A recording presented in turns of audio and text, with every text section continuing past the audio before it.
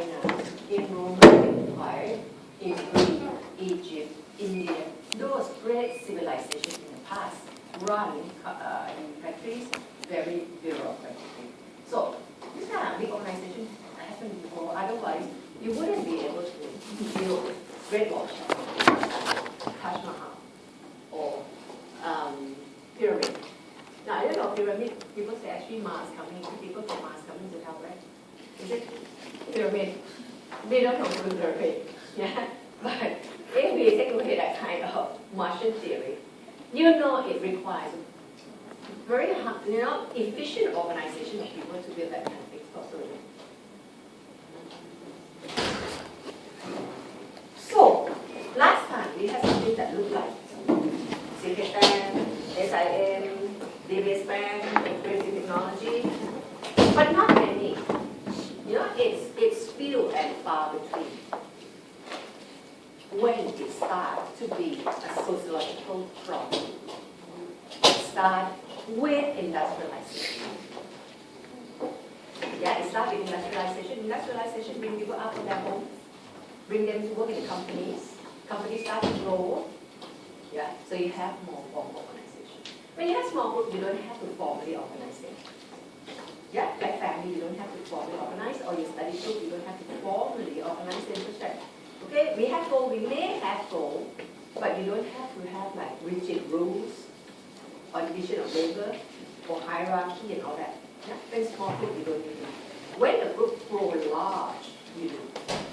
Yeah, the group become more and more bureaucratic. By bureaucratic, we mean have rules, hierarchy, rigid division of labor, specialization, that kind of thing.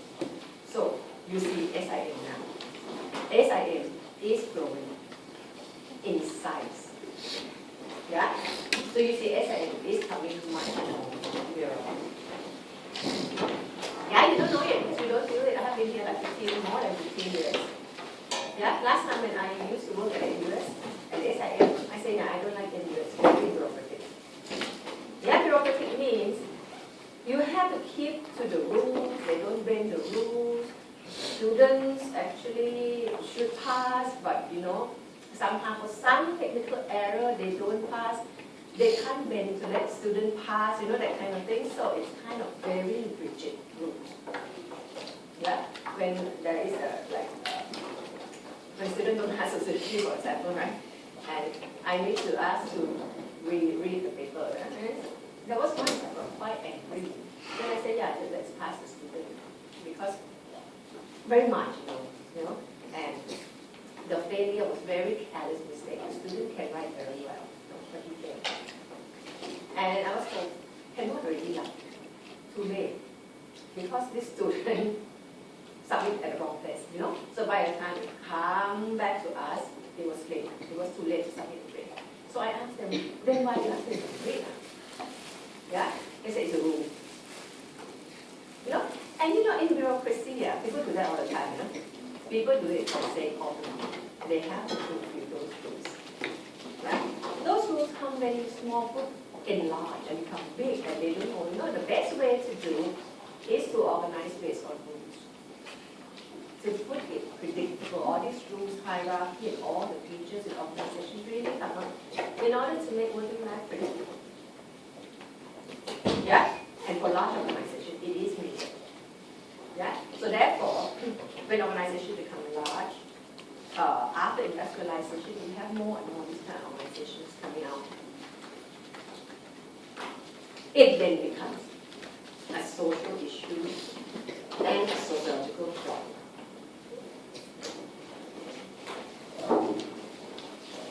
Now, Max Weber, did they write about it?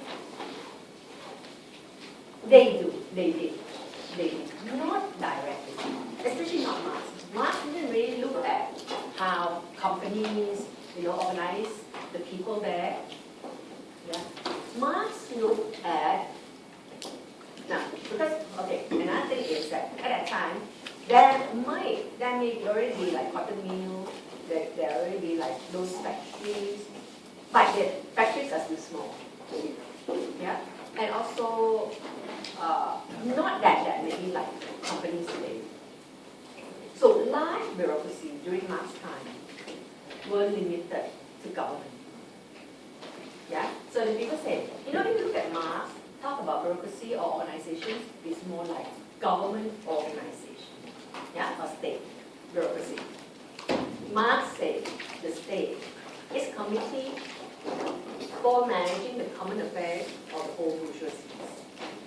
So for Marx, organization is the state, is the government. Later on, another something like closer, maybe 50, 60 years after that, when Weber came along, at that time, companies started up really. Yeah, industrialization was done almost. Yeah, so you have a lot of companies. Then Weber started to write about it. Okay, he was regarded by many as father of bureaucracy. And his theory of bureaucracy, mainly the ideal type of bureaucracy. Do you remember ideal type bureaucracy? Rules, hierarchy, and stuff like that, yeah? People say it can apply to the state and the firm. And I told you before that Weber idea of bureaucracy came because his father worked as senior German senior bureaucrat in the German government. Yeah, I told you his father loved to drink and enjoy life and work as lawyer in German government. And Weber looked at it and said, that is efficient function of an organization. Then he came out and wrote theory of bureaucracy, or ideal type of bureaucracy. But then, when we say sociology of organization, when did it really start? Sociology of globalization started in the 80s. Yeah? You knew that. Globalization was a 60 kind of thing. But it took sociologists another 20 years to really realize about it. So all the theory of globalization came in the 80s. Theory of organization came in the 70s. Not just among sociologists, a lot of people are doing it as well. Look at organization. Just now somebody cheat me and look at this collective action. Yeah, it is collective. Or members, people. Yeah, getting together.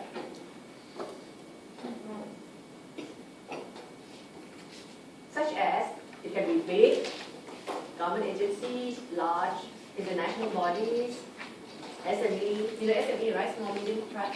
Small, medium-sized enterprise. Yeah? This kind of companies start to come up and getting more and more. Yeah? Virtual organization, companies in the internet.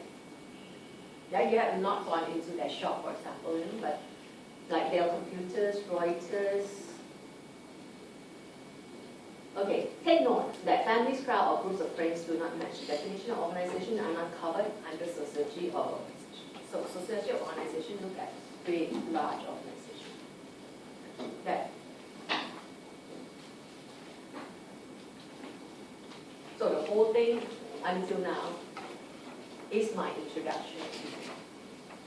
Yeah, so you, from now until May, you are going to keep an eye on a good introduction, just 1 or 2 lines on organization. Yeah, because definitely you will be writing a paper on organization. Again, another 2.5 or 3 pages. Yeah, I know that by the time when you are in exam, by the time you approach this question, you don't have time.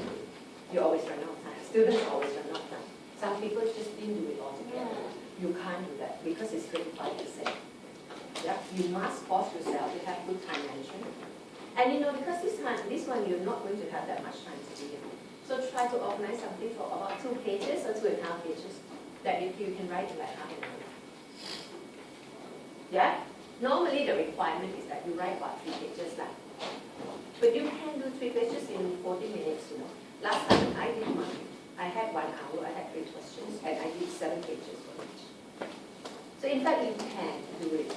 But after I finished writing, like my answer really you don't need that. You don't need that. But that time nobody told me, nobody guided me how many I'm supposed to be writing. I just have to write, I have 3 hours, I have to, I have 3 questions, so 1 hour, one question, one. So I just write until I got that 1 hour, and I got this stuff. And, I keep my time very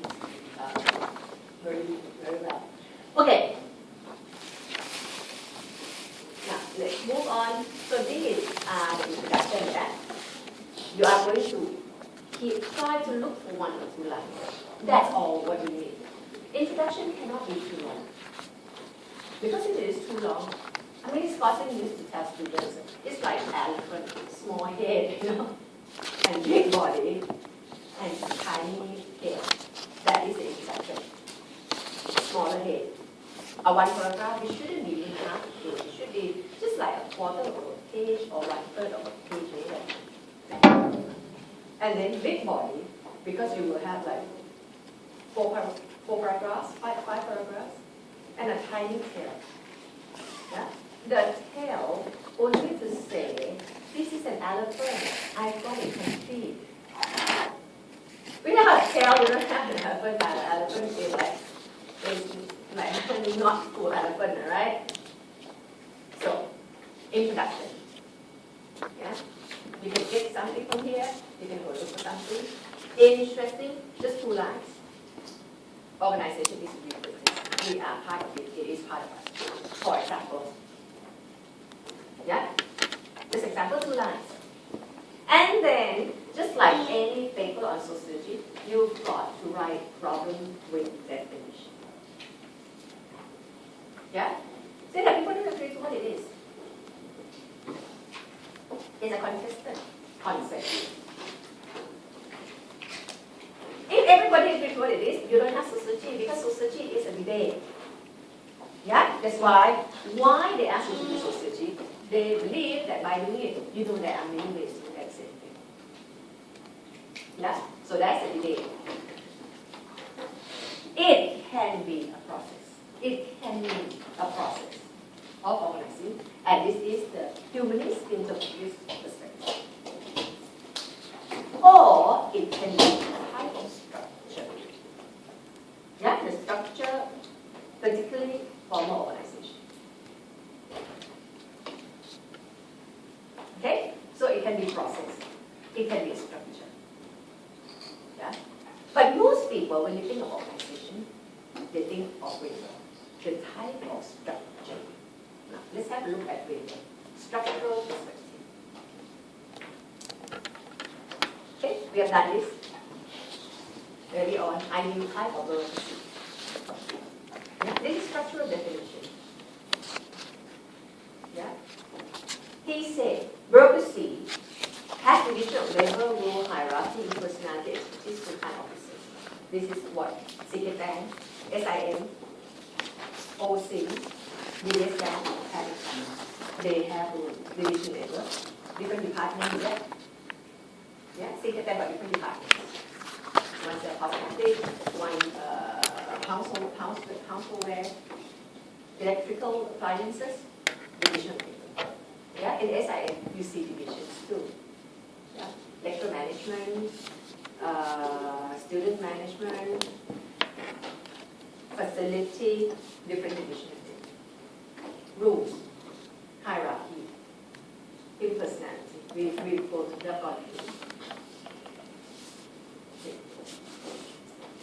Why do we do that? We also mentioned that last time. We need this because we are rational. True?